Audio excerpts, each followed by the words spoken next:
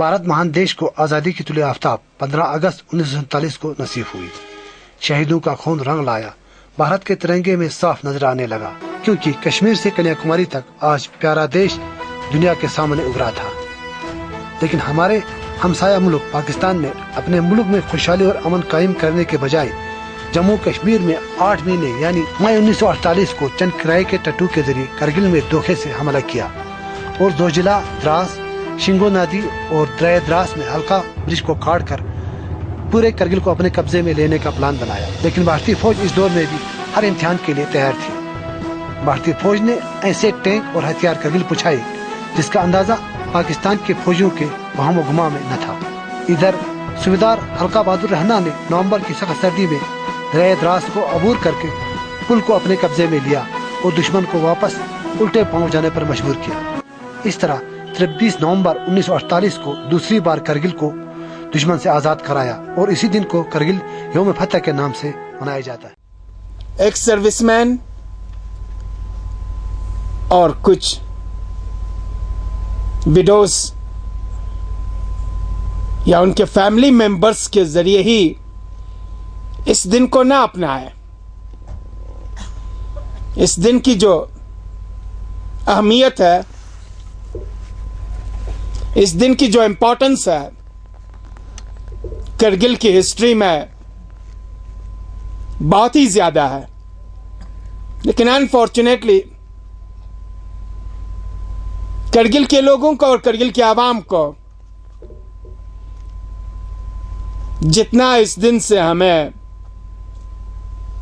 उन्हें अवेयर और इन्फॉर्म करना चाहिए था, नहीं हुआ है। इसीलिए आपको दिखाई दे रहा है कि ये करगिल यौम फतह है। आफ्टर 1947 करगिल वालों के लिए सेकंड इंडिपेंडेंस डे है। मुझे उम्मीद है नेक्स्ट ईयर के बाद ये न सिर्फ 121 इन्फेंट्री ब्रिगेड बल्कि 8 mountain division with the collaboration of civil administrations इस दिन को अच्छे और बड़े पैमाने पे मनाए। पिछले 2 साल से जो हमारे नए जीओसी साहब आए हैं, सबसे पहले तो मैं उनका शुक्रिया अदा कर रहा हूं, क्योंकि आज तक ये सिलसिला था ही नहीं। पिछले 2 साल से ये चल रहे हैं, तो लिहाजा मैं आइंदा भी उम्मीद करता हूं कि ये सिलसिला इसी तरह चले और हमारा आने जाने का बहुत बड़ा अच्छा बंदोबस्त था। हमको जो है आर्मी बसें थी, दो आर्मी बसें भेजा था, एक कल भेजी थी, एक हमारे अपने ब्रिगेड से मैंने लिया था, ये 56 माउंटेन ब्रिगेड से, एक 121 ब्रिगेड से आई थी। तो बहुत बड़ा इंतजाम है। 10 साल से 10 साल। सिर दर्द वैसे कब होता है? ऐसे कुछ शाम को आता है? शाम अचानक आएगा, कभी बैठे बैठे। हाँ। उसके साथ उल्टी होता है? उल्टी कुछ नहीं, सर में दर्द आएगा, अचानक आएगा। एक साइड होता है कि दोनों साइड होता है? पूरा सर में दर्द होता है। बुखार वगैरह तो नहीं आता? बुखार थोड़ा हो जाएगा, सर में दर्द आने से। और नाक अच्छा, इधर दर्द तो नहीं होता ना वैसे? अभी ऐसे दबाने पे दर्द तो नहीं होता? नहीं होता ना? भूख भी बढ़ेगा जो तेरा घास कम खाता है उसका। और ये ताकत का इंजेक्शन है, ठीक है? एक वो दे दे, मिनफा का दे दे। ये भी पहले ये चलने देना, जब ये खत्म हो जाएगा फिर ये दाना में डाल के देना, ठीक है? Mustafa as a sarpanch as army numberdar, मैं 17 बिहार के सीओ साहब गुनपाल साहब के बहुत शुक्रगुजार हूँ और उसके बाद 121 इन्फेंट्री ब्रिगेड कमांडर का बहुत शुक्रगुजार हूँ, जिन्होंने इस पसमंदा इलाके में आज की बात ही नहीं है, बहुत बार यहाँ पर हमारे इस इलाके में हमेशा जब भी कोई प्रॉब्लम होती है हमेशा शाना बशाना हमारा साथ देते हुए आ रहे हैं। और ये जो मेडिकल कैंप थे अभी इस टाइम में जो यहाँ पर बहुत ही ज़्यादा ज़रूरी थी, क्योंकि इस टाइम एक तो इन्वायरमेंटल चेंज की वजह से, सर्दी होने की वजह से भी, उसके अलावा भी बहुत सारी यहाँ पर हमारे इस एरिया में एक ऐसी अजीब बीमारी आई हुई है जो मतलब हर घर से 3-3, 4-4 बच्चे अभी डिस्ट्रिक्ट अस्पताल में एडमिट हुए हैं। तो उसके लिए हमने रिक्वेस्ट की थी सीओ साहब से 17 बिहार के, इससे पहले 15-20 दिन पहले रिक्वेस्ट किया था कि यहाँ पर एक मेडिकल कैम्प हो जाए।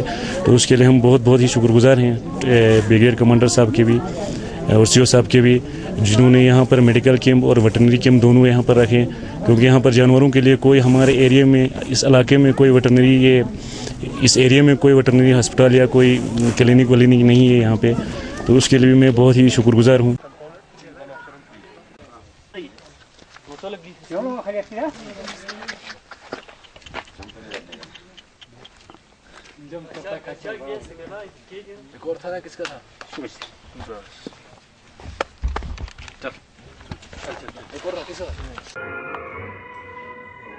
यौम फतेह की खास बात यह रही कि जनरल अफसर कमांडिंग एक माउंटेन डिवीजन, ब्रिगेड कमांडर 121 और तमाम आर्मी ऑफिसर्स ने जिले भर के साबिका फौजी और वीर नारियों को एक साथ बुलाया था और उनके मुश्किलात का अजाला को जनरल अफसर कमांडिंग ने किया और इस मौके में एक रंगारंग प्रोग्राम भी पेश किया गया।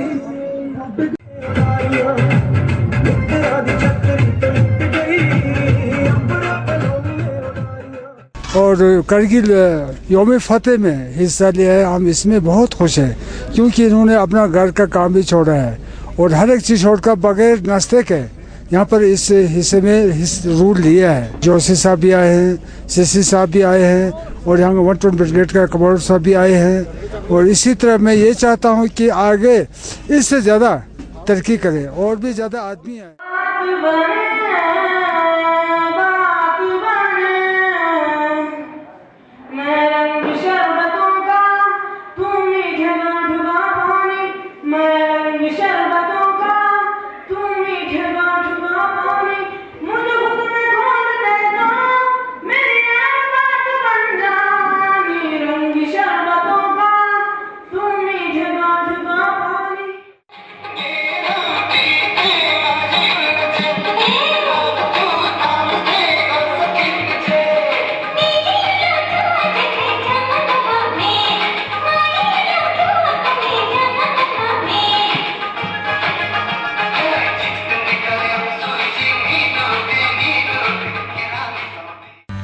आज 66 साल बाद भी करगिल के दरिया द्रास में वाक़े हल्का बहादुर और शिंगो नदी अपनी कामयाबी की दास्तान यूं का तू सुनाती है, जिसकी गूंज एक यादगार बनकर हमेशा यौम फतेह करगिल के मौके में सुनाई देगी।